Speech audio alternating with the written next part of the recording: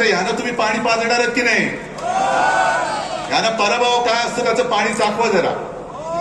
केंद्रामध्ये बसले होते, मंत्री म्हणून बसले होते. आज धुळ्याची पूर्ण धुळदाण झालेली. मी जळगावमधनं येताना हेलिकॉप्टरने आलो.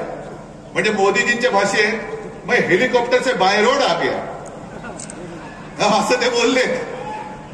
तो हेलिकॉप्टर से ऊपर से बाय रोड जे बाहेर राहता तो मैंने देखा. संपूर्ण धुळं हे रखरखीत झालेलं आहे.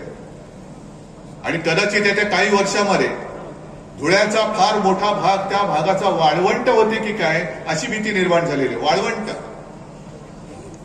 धुळेकरांचे कोणते प्रश्न सोडवले? इथे शेतकरी आलेत की नाही? कांद्याचे किती आहेत शेतकरी?